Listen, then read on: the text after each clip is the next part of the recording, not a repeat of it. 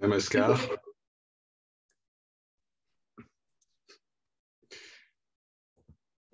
Bonjour Juliane. Bonjour Georges. Alors tout d'abord, un grand merci pour avoir accepté le principe de ce partage, non seulement avec ce corps, mais aussi avec tous les auditeurs, les fidèles auditeurs de la chaîne. Ceux qui ne te Merci à connaissent, toi. ceux qui ne Merci te, pour l'invitation. ceux qui ne te connaissent pas, ce corps va laisser quelques liens utiles vis-à-vis de ton site internet, de tes vidéos YouTube, etc., pour te connaître un petit peu mieux. Cependant, rien de tel qu'un échange de cœur à cœur. Et Juliane, j'avais envie de te poser une première question qui est souvent posée par les élèves et les fidèles. Et cette question est, lorsqu'on s'éveille, qu'est-ce qu'on voit ensuite? Comment on voit les autres? Est-ce qu'on voit de l'énergie? Est-ce qu'on voit, on se voit soi-même? Qu'est-ce qu'on voit? De un, on ne s'éveille pas. On se rend compte qu'on est l'éveil. C'est pas la personne qui s'éveille. Mm-hmm. Et c'est ce qui est vu lors de cette grande révélation. C'est qu'il n'y a jamais eu cette personne qui a existé. C'est ce qui fait la magie de l'expérience. C'est justement de pouvoir expérimenter un corps, de pouvoir expérimenter la vie, c'est de la pure magie puisque lorsque la conscience se rend compte qu'elle a toujours été ce qu'elle est, elle ne s'est jamais quittée et elle n'a jamais été identifiée à ce corps. Ce corps, en réalité, je peux te parler comme sur plusieurs plans, mais disons que dans cette réalisation absolue, c'est ça, elle se rend compte que ce corps, cette vie, tout ça n'a jamais même existé. Et qu'est-ce qui est perçu après, de la façon dont c'est perçu, je pense que ça dépend de chaque champ d'expérience, puisque c'est totalement unique lorsque la conscience qui est... parce que je fais une différence entre l'éveil et la réalisation. Mm-hmm. Dans Je suis d'accord l'éveil, aussi. on réalise ce qu'on est au-delà du corps, ce qui n'a jamais bougé, qui est perceptible. La réalisation, c'est un retournement absolu et c'est la dissolution de tout, de toute matière. C'est la conscience qui retourne à elle-même et il n'y a plus ces notions physiques de matérialité et d'histoire et de temps et de maître et de toutes ces notions qu'on apprend. Donc, cette conscience, elle pourrait rester là. C'est ce qui est fabuleux, c'est après, on a la sensation qu'elle se redensifie, qu'elle réincorpore un corps et qu'on se remet à ressentir un corps. Tout ça, au début, c'est très perturbant quelque part pour l'aspect mental parce que c'est comme ça a été tellement vu de façon fulgurante que tout ça n'avait jamais existé. Comment ça peut se poursuivre? Et c'est ça, il y a tout un cheminement ici dans cette expérience qui a dû réapprendre à parler, à s'identifier, à réapprendre à parler au je. C'est ce qui était... donc, ça, au départ, il y a eu comme un compromis avec le grand je. Tu vois, quand je parlais au je, c'était le je qui voit, mais c'était toujours à partir de cet espace, de cette présence, cette conscience. Et puisque la vie continue de se dérouler, les gens qui nous entourent, les enfants, le conjoint, les parents, les sœurs, les frères qui continuent d'évoluer autour de nous, les animaux, la vie. Et c'est ce qui est totalement fascinant, c'est que ça continue de se poursuivre et c'est bien au-delà d'une décision de l'individu, de la personne qui pourrait décider mentalement, mais sinon, ça fait appel à une lutte de toujours se Bien sûr. projeter dans l'absolu et de dire ça n'existe pas. Et la proposition est de totalement infuser ce qui est offert. Parce que c'est cette essence de la présence qui infuse, qui est là bien avant toute chose, donc qui se reconnaît en toute chose. Donc, directement dans l'expérience, les perceptions, il y a des perceptions qui ont changé de façon visuelle. Tu vois, il y a comme beaucoup plus de luminosité. Il y a comme une lumière qui sort de toute chose, qui est avant toute chose. Puis aussi, ben, la conscience, elle se reconnaît dans toute chose.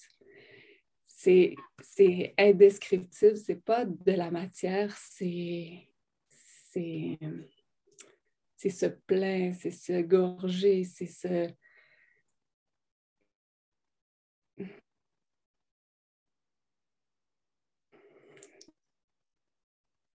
prendre le grand retournement. C'était, dans le fond, il y avait des mots qui étaient là. Parce que c'est très difficile à expliquer, parce que c'est pas explicable de façon linéaire. Non. Mais on va dire dans la redescente, il y a des mots qui étaient là pour... c'est comme s'il y avait une infusion de la connaissance pure et il y avait des mots en français et c'était présence, conscience, Dieu. Il n'y a pas de temps, il n'y a pas de maître. Il y a toutes sortes de données qui étaient comme si on downloadait de l'information, comme si on avait...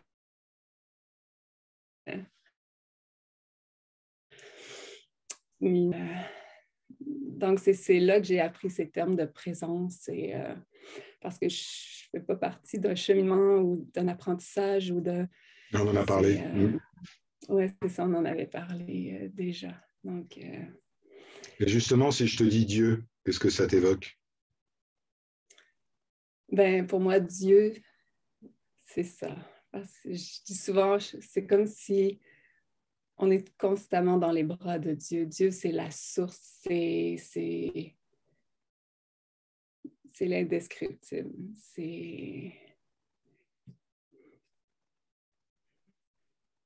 Tu vas partir en samadhi, là, je le sens. Tu es en train de... Ben, c'est que j'y goûte, c'est que ça c'est perceptible, il est.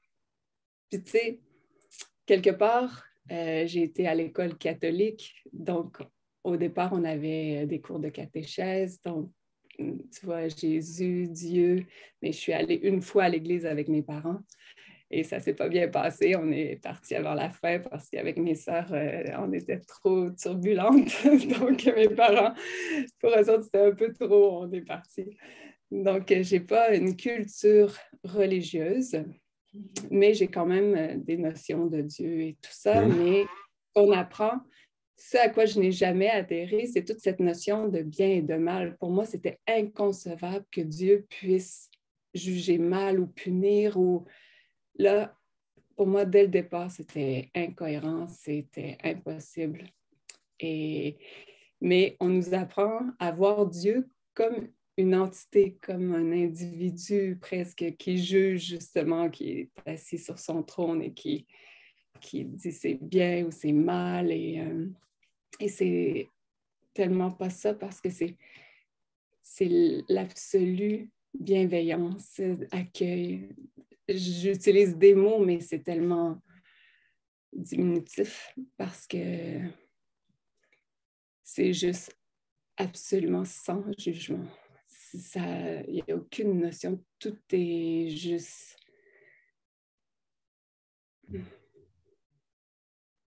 rester avec, juste ça, tout est porté par lui. Tout, mais on dit lui, mais c'est elle aussi, tu vois. Dans son aspect féminin, on peut l'appeler la présence parce que c'est pas masculin, c'est autant elle que lui, ça n'a pas de sexe, c'est pas ni féminin ni masculin, c'est totalement, absolument neutre. Ça ne bouge pas, c'est pas le vivant comme on l'expérimente sur planète Terre, on va dire. Il n'y a pas de séparation et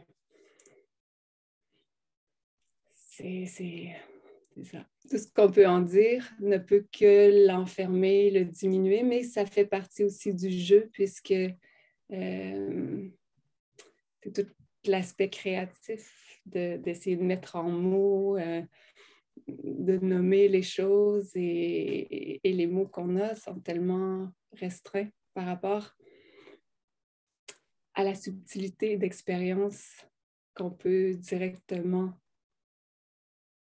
faire, l'expérience qu'on peut vivre lorsque on est dans ce laisser-être, dans cette ouverture et juste dans ce déploiement. Alors, ça va peut-être t'intéresser. Je t'ai amené quelque chose. Je ne sais pas si tu connais. Tu sais ce que c'est, ça? Non. Donc ça, c'est la représentation la plus élevée de la réalité ultime, selon le Vedanta, donc la philosophie indienne.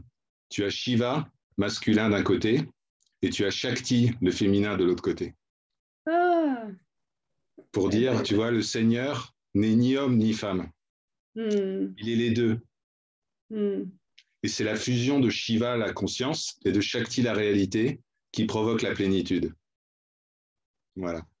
Donc, on ne peut pas ranger le Seigneur dans une catégorie. Ça, c'est le message de ça, de Ardhanarishvara. La plus haute représentation.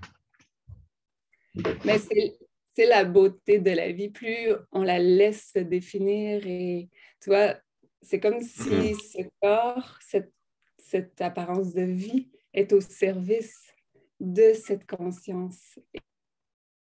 Et le fait d'être juste à cette écoute et dans cette qualité d'attention de l'instant et laisser émerger les mots qui se présentent, la direction que ça veut prendre et tout ça, fait en sorte qu'on se rend compte de la magie qui se déploie finalement. Justement, le fait que tu avais apporté ce cadre et que ça aborde de soi-même ce parallèle, c'est juste... c'est ça, c'est ce déploiement. C'est pour ça que tu me parlais de peut-être me lire les sujets que tu voulais aborder, mais lorsqu'une question m'est posée, je ne l'aborde pas de façon mentale. De toute façon, Tu la reçois, tu l'accueilles. Ben, je fais juste observer c'est quoi les mots qui veulent apparaître, comment ça veut se définir à ce moment-là, parce que quelque part, dans les mots et dans l'expérience, tout peut être vrai, tout peut être faux. Ça dépend toujours du point de vue, de comment on aborde la situation. Donc, voilà. Et quelle est ta relation alors avec le Seigneur est toujours avec toi, il est dans ton cœur, tu es le Seigneur? Comment tu... Je sais que c'est très compliqué, mais... Et surtout, je ne sais pas de le définir. Juste quand je fais une entrevue avec quelqu'un comme toi, ou que je me fais poser des questions. Mais sinon, dans la vie de tous les jours, tu vois, il n'y a que cette vie qui se vit. Et c'est toujours là. C'est comme, moi, je le ressens comme s'il était très présent au niveau, comme si j'en mangeais constamment. C'est l'abondance. C'est beau. Je le ressens beaucoup au niveau de la bouche, c'est drôle, hein? Ça se définit beaucoup, ouais, comme si c'est ça. C'est Dieu dévore la vie, mais il n'y a que lui toujours, hein? C'est lui qui voit et c'est lui qui est vu. Donc, il y a toujours, mais on l'appelle Dieu, on peut l'appeler la présence, la conscience ou Shiva ou je ne sais pas les termes que tu utilises. La cause première, le Tao, il y a 1 million la de... vérité, l'absolu, le tout, l'infini. Ce qui résonne le mieux, en fait. Le chant des... Tu vois, ce qui est beau, c'est comment il y a plein de chemins qui parlent tout de la même chose. En ce moment, il y a beaucoup la physique quantique qui prend des termes, qui prend un aspect comme scientifique, mais c'est tout la même chose. Ce champ des possibles, L'inconditionné, le fait que ce ne soit pas binaire, ça c'est la physique quantique en fait. C'est qu'une particule peut prendre toutes les positions possibles et on ne peut pas le prédire. oui. Et l'observateur transforme ce qui est observé. L'observateur fait un choix qui crée la réalité. Enfin, c'est le... Tout à fait. Oui, tout à fait, puisque c'est ça. L'observateur est l'observé, donc mais c'est des choses qui sont incompréhensibles pour le mental. C'est comme il y a des expériences qui ont été faites, une expérience dont j'oublie le nom, mais avec un chat dans une boîte, et le Schrödinger. chat peut être vivant ou mort, et ça dépend juste de comment tu vas le percevoir, donc c'est fascinant. Ah non, ouais, il y a beaucoup de... Une théorie intéressante, c'est qu'en fait, l'observateur est mal défini. Et Parce qu'on pense est mal défini. On pense toujours que l'observateur va être une personne. Ça va être une personne derrière son clavier qui va définir ce que va être le résultat de l'expérience. Or, quand tu analyses vraiment, c'est pas ça. C'est la conscience universelle. C'est pas une personne dans son coin qui va définir si l'électron va aller à droite ou à gauche. C'est le champ de conscience universelle qui fait ça. La personne en elle-même, elle ne peut observer que pas grand-chose. ben, c'est à la base de l'illusion. Eh oui, puisqu'il n'y a personne. C'est de prendre oui, c'est ça, pour une personne. Alors que ce jeu, justement, est le grand jeu. On a appris à se diminuer, à s'identifier à quelque chose de très dense, de limité, de défini, à des sensations qu'on va toujours revalider pour confirmer cette identité. Mais ce qu'on est en réalité, c'est juste un changement d'optique, c'est juste parce qu'on ne peut pas ne pas être ce que nous sommes. Tout est ça. Tout est la perfection déjà. Tout, c'est le grand jeu de penser qu'on doit chercher à se retrouver, mais c'est impossible de se retrouver puisqu'on ne s'est jamais quitté. Eh oui. Ouais. Et c'est ce grand jeu qui observe toujours et c'est cette détente absolue qui est là finalement. Non, mais l'objet de la quête spirituelle, qui est en fait retrouver ce que nous sommes déjà, quand tu regardes ça avec du point de vue du soi, du point de vue de la conscience absolue, c'est marrant. Tout à fait, c'est la plus grande blague qui ne peut pas exister. Hein. C'est la plus grande blague cosmique possible, parce que voilà, on cherche ce qu'on est déjà. Ah, bon, d'accord. Et il faut faire tous ces efforts. Il faut passer toutes ces vies, qui sont aussi des illusions, c'est des rêves, toutes ces vies. C'est pour ça que je dis, mais détendez-vous. Oui, asseyez-vous les gars. C'est pas si sérieux. Amusez-vous, profitez de cette magie, de cette vie. C'est juste incroyable de pouvoir même, c'est ça, avoir la sensation de respirer est en soi un miracle incroyable. Chaque sensation, chaque perception, chaque mouvement, c'est que miracle, miracle.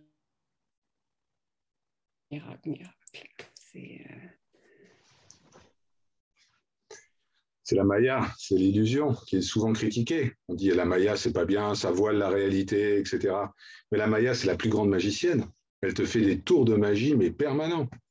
Et devant ça, la seule attitude, c'est d'être émerveillé comme un enfant de 3 ans, de regarder et de dire waouh, magnifique, c'est magnifique. Et accueillir tout ça avec le sourire. Et en lâchant cette idée c'est un message qui peut être probablement partagé par toi aussi. C'est en lâchant cette idée de il faut absolument que je m'éveille dans cette vie. Parce que ça, c'est la meilleure façon de ne pas s'éveiller, en fait. Ben, c'est parce que c'est vraiment stressant. Ah oui, ça crée une charge, un truc, il faut absolument que je m'éveille. Et puis quand je m'éveillerai, je serai une meilleure personne et je serai très heureux. Ah oui? Pas du tout. Ben, D'abord, il y a... c'est la première chose qui est vue, c'est que ça change absolument rien dans l'expérience, dans le sens que C'est bien que tu dises ça. euh, C'est bien que les gens c'est l'entendent. la magie, elle est déjà à l'œuvre. Donc, l'expérience en elle-même, ça ne définit jamais ce qu'on est. Ça ne touche jamais ce qu'on est. Et on est déjà cet éveil. On est déjà la perfection. Et c'est toute cette illusion de ce qui devrait être autrement et toutes ces idées qui nous donnent l'impression d'en être séparés. Donc, dès qu'on lâche cette idée d'avoir quelque chose à atteindre, justement, on peut se détendre et juste Ouais.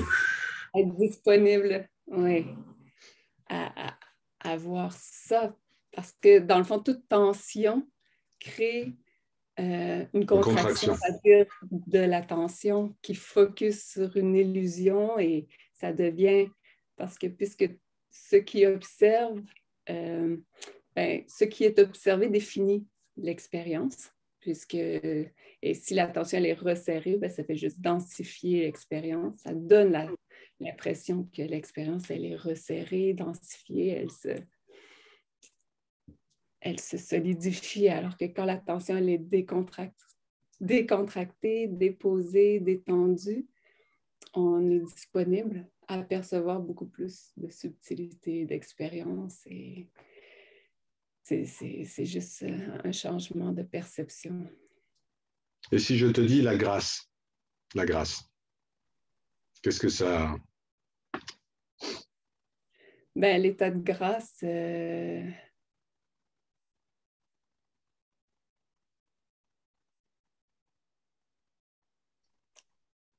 c'est être assis en Dieu. C'est l'état de grâce, c'est l'immobilité absolue, mais c'est une immobilité tellement puissante, tellement nourrissante, mais pas d'un point de vue mental. Il n'y a pas le mental qui essaie d'en faire quelque chose et de le définir. C'est juste un point d'immobilité absolue.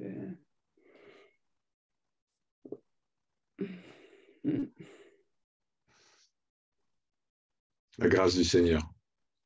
Être assis en Dieu, c'est beau. Être accueilli dans les bras du Seigneur. C'est ça la grâce.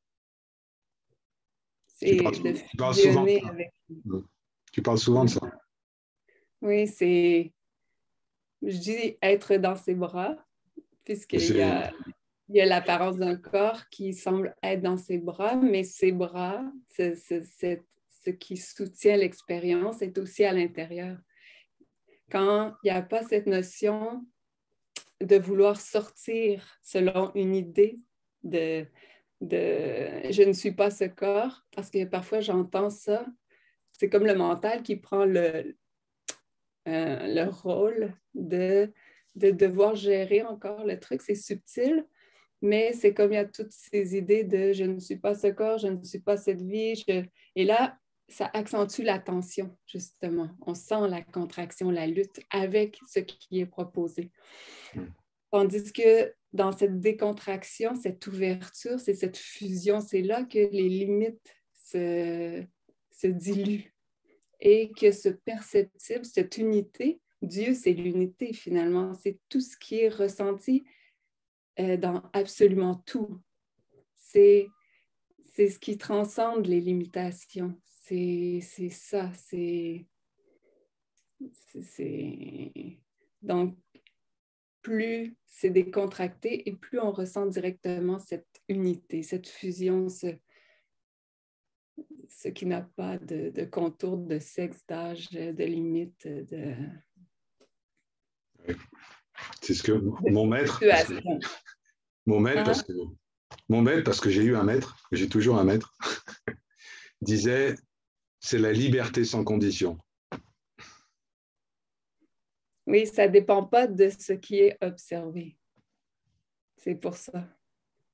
C'est un Donc, présent toujours présent. C'est la liberté absolue sans condition. Dès que des conditions sont fixées pour être ce que nous sommes déjà, c'est le mental qui est en train de revenir et nous créer des petits problèmes. Au début, c'est nécessaire. Et même le goût des problèmes est extraordinaire. Hein? C'est ça qui est fabuleux. Ouais. Mais les gens aiment les problèmes. Quand c'est trop simple, ça ne peut pas être ça. Mais c'est ça le problème, c'est que c'est vraiment trop simple. Le mental, il fait comme « Ah non, ça ne peut pas être ça. Là. Il y a un truc, là. Il y a des gens qui cherchent depuis des millénaires et des années, tout ça. Ça ne peut pas être un truc aussi simple que juste être avec ce qui est et juste dire oui à tout. » Ouais, il faut lire 5000 pages d'abord avant de commencer à y réfléchir. Non, oui. C'est ça. Et avoir beaucoup souffert et on doit mériter et on doit... C'est tout des croyances puisque ça se fait. Hein, c'est ça, ça n'a rien à voir avec la personne comme toute expérience. Ça m'amène, tu vois, ce qui apparaît en ce moment. Il y a une expérience qui a été vécue il y a quelques jours où la nuit, ça se passe souvent la nuit, hein, c'est là qu'on voit que, je veux dire, quand une expérience doit se vivre, même lorsqu'on dort, ça nous réveille pour qu'on le vive. Bien sûr. Donc, c'est pour ça qu'on peut se détendre. Il n'y a personne pour contrôler quoi que ce soit. Pas le compte à rendre. Ouais. Oui, tout à fait. Donc, c'est ça, je dormais et puis souvent, la nuit, il y a... Ça, c'est quelque chose que j'ai découvert. Tu vois, cet aspect de troisième œil. Ouais, c'est des notions qu'on entend et finalement, lorsqu'on se rend compte, c'est quoi? C'est vraiment, c'est fabuleux, c'est la vision. C'est comme être assis au milieu de l'univers. Mais dans cette vision mentale où, c'est ça, on touche à une vision sans émotion. Et dans cette vie expérimentée, il n'y a aucune limite. Donc, si on est très attaché à ce à quoi on est habitué, on limite énormément l'expérience. Mais c'est OK aussi, hein, puisque tout est OK pour la conscience, il n'y a aucun jugement. Mais c'est juste dans cette ouverture, justement, dans cette décontraction et le fait de laisser être, il y a des possibilités infinies, mystiques et de voyage intérieur. C'est là qu'on expérimente directement qu'il n'y a pas de temps, il n'y a pas de distance. C'est ça, cette nuit que je m'étais réveillée, je me suis réveillée et j'étais parmi les bombes. Donc, probablement en Ukraine. Et c'est juste ce qui observe qui est là. Mais il n'y a pas de notion de corps. Et c'est comme si on n'est pas réveillé, on se réveille, mais on est conscient, mais on tombe dans un monde, on dirait un film. C'est un film, ça ressemble beaucoup à cette réalité qui est expérimentée. Oui. Mais il n'y a pas cette notion d'émotion et de corps. Et il y a ce qui observe. Et ce qui m'a réveillée, c'est les âmes, des âmes qui cherchaient la lumière, qui cherchaient à se frayer un chemin. Il y avait des enfants, il y avait des hommes, des femmes. Et j'avais déjà vécu ça avant le retournement, où je me réveillais la nuit et il y avait des âmes qui cherchaient. Et à ce moment-là, je n'étais pas prête. Je les observais, mais c'est comme je n'avais pas la conscience de savoir quoi faire avec ça. Je croyais qu'il fallait que je fasse quelque chose. Mais là, j'ai bien vu qu'il n'y a rien à faire, je sais, puisque c'est cette conscience qui est lumière et qui observe, et juste en observant, elle transpose sa lumière. Donc, et ce n'est pas une personne qui peut faire quoi que ce soit. Non. Et il y avait, c'est comme si j'étais sur place, je voyais les bombes arriver, il y avait des explosions et il y avait ceux qui observaient, mais c'est ça, il n'y a pas de notion de corps et d'émotion, c'est totalement neutre, mais conscient d'être ce qui observe ça. Et en fait, cette attitude de témoin neutre, c'est celle que finalement, on devrait tous avoir dans le film de notre vie. Parce que cette vie, c'est un film aussi. Tout à fait, sauf que quand l'émotion, elle est là, on ne peut pas la négocier. Ouais. Parce que sinon, c'est encore une lutte avec ce qui est. Donc, on ne peut juste y faire honneur et voir qu'elle est là. Et oui, c'est accueillir. Oui, mais c'est toujours ambivalent cette notion d'accueil. Souvent, les gens confondent accueillir avec lutte dans le sens que j'accueille pour que ça parte. Donc, ce n'est pas cet accueil. L'accueil, c'est juste rester avec. C'est dire oui. C'est ce grand oui qui est là. Oui. Et tu vois, 2 ans après ce grand retournement, cette grande révélation, mais pendant une émotion. C'était comme d'une neutralité parce que en Dieu, il n'y a pas d'émotion.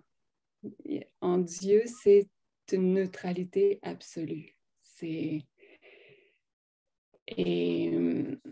donc, la magie des émotions, de ressentir des émotions, ça aussi, ça fait partie de quelque chose d'incroyable. Après, quand j'ai recommencé à ressentir des émotions, et c'est mes animaux qui ont ramené ça dans l'expérience, ça a commencé par un bon coup de pied bien senti au derrière par un de mes chevaux. Et le plus gros coup de pied au cul que j'ai eu de ma vie parce que j'étais justement dans cette notion d'absolu, toujours en dehors de cette vie. C'était pas tant infusé. Il y avait un aspect qui avait été tellement flagrant que ça n'existait pas, qu'il y avait quelque chose qui avait de la difficulté à réintégrer cette notion d'expérience de corps. Et donc, à partir de ce coup de pied au derrière, j'ai recommencé à intégrer. J'ai bien compris le message que je devais habiter le corps. Et quand on dit habiter le corps, c'est que la conscience, elle perçoit, elle est là, elle est attentive à ressentir les sensations. Parce que c'est toujours elle qui perçoit, donc elle accepte de réintégrer les sensations du corps, Voilà, mais ça se fait encore. C'est ça qui est la beauté. Hein. Alors, est-ce que le coup de pied du cheval était la grâce du Seigneur? Ben, tout est la grâce du Seigneur. Donc, oui, tout à fait. Alors, je crois que les animaux ont capacité aussi puisqu'ils sont une manifestation du soi, comme les êtres humains, donc ils sont déjà éveillés. Ben, tout est manifestation du soi. Il n'y a rien en dehors du soi. Il n'y a que ça. C'est total et c'est absolu et c'est non négociable. Seul le soi est réel, le monde est une illusion. Oui, mais quelle belle illusion. Tant qu'elle continue, tant qu'elle pointe vers la réalité, oui. Ben, je veux dire, c'est ça. Ce qui se passe d'ailleurs. Quand c'est là, il ne peut pas y avoir ça. C'est une autre chose qui a été vue dans cette grande révélation, c'est qu'il ne peut pas y avoir d'erreur. C'est absolument impossible. Donc, c'est pour ça que toute notion de culpabilité est totalement inutile. Le fait de ressasser des choses ou des expériences, c'est une perte de temps finalement parce que c'est ça. Ça ne pouvait pas être autrement. Ça sert, ben, on va dire, justement, dans cette grande révélation, il y a plusieurs, comme s'il y avait des niveaux d'expérience, si on veut exprimer ça comme ça. Et c'est comme si ici, sur planète Terre, l'être humain, ben, la conscience, elle expérimente la séparation, la notion de Souffrance. choix, Ouais. de temps, de devoir se retrouver, tout ça. À un autre niveau, tout est déjà écrit. À un autre niveau, tout est déjà accompli. À un autre niveau, rien de tout ça n'a même jamais existé.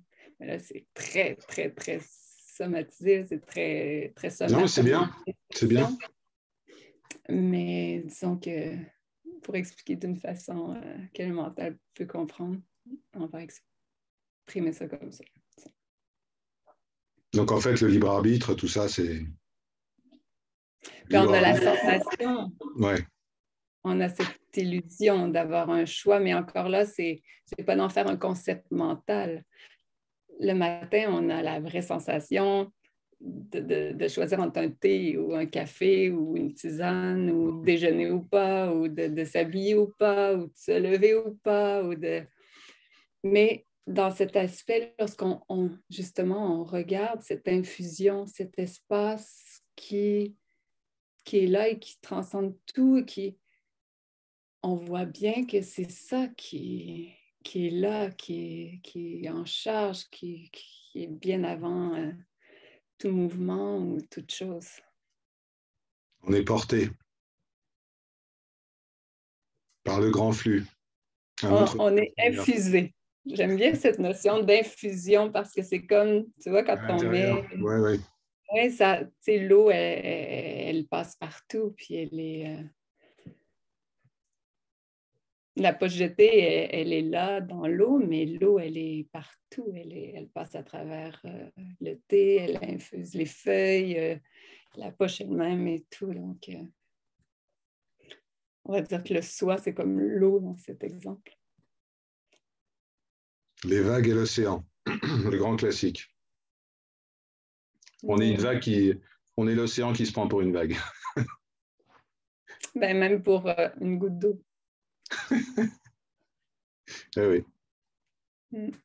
Qu'est-ce que tu voudrais partager comme message avec tous ceux qui nous écoutent? Est-ce que un message, parce qu'il y a beaucoup de gens qui s'inquiètent en ce moment, vu la situation mondiale, tu vois, euh, surtout en Europe. Est-ce que tu as un message ou pas?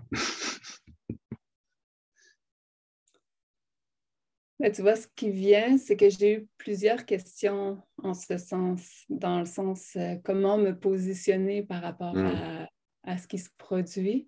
Mais c'est de voir ce réflexe de l'individu de devoir se positionner.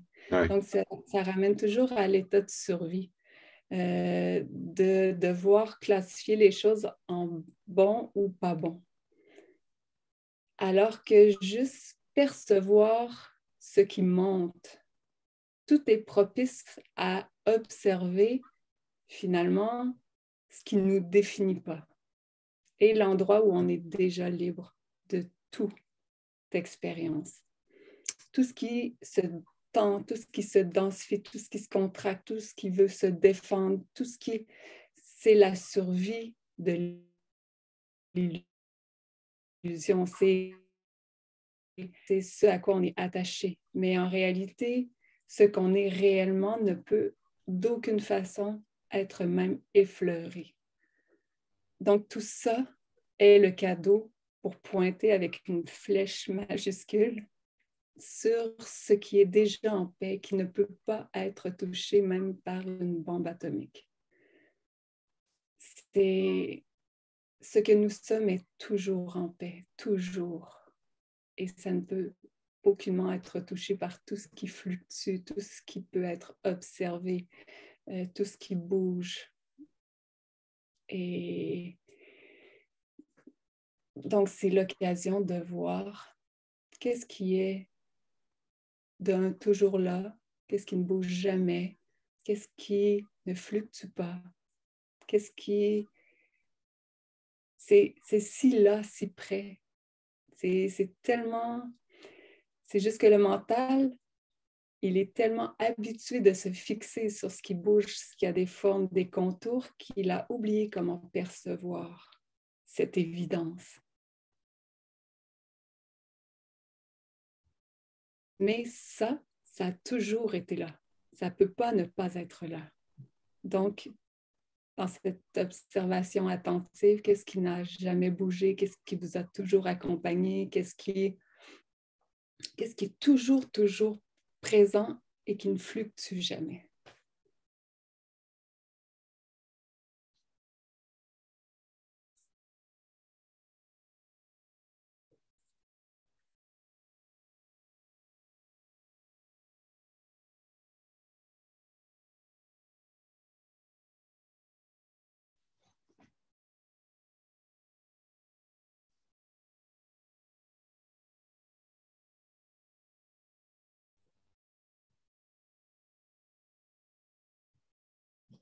Gratitude, Juliane.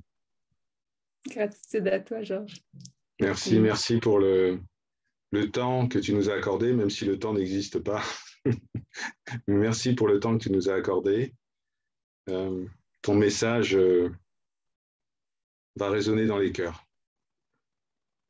Merci à toi infiniment. Et merci à tous et toutes pour la beauté que ça donne à cette vie qui semble être expérimentée, à cette magie finalement. Puisque nous sommes tous parfaits maintenant, positionnés exactement où on doit l'être. Et on est déjà cette pure perfection. Que le Seigneur te protège et te bénisse.